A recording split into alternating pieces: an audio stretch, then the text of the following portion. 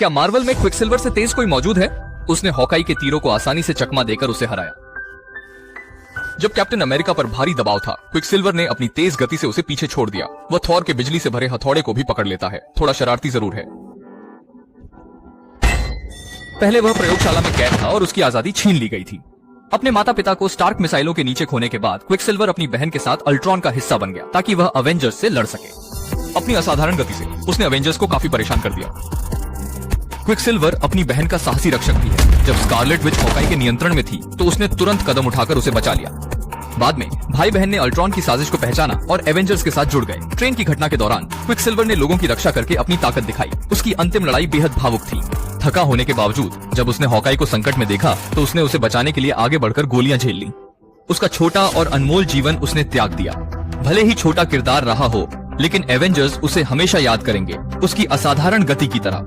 Quicksilver और flash में ज्यादा तेज कौन सा ये साहसी।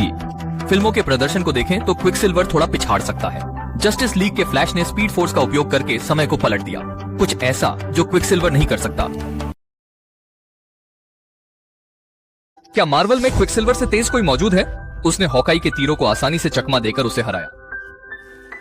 जब कैप्टन अमेरिका पर भारी दबाव था, क्विकसिल्वर ने अपनी तेज गति से उसे पीछे छोड़ दिया। वह थॉर के बिजली से भरे हथौड़े को भी पकड़ लेता है। थोड़ा शरारती जरूर है।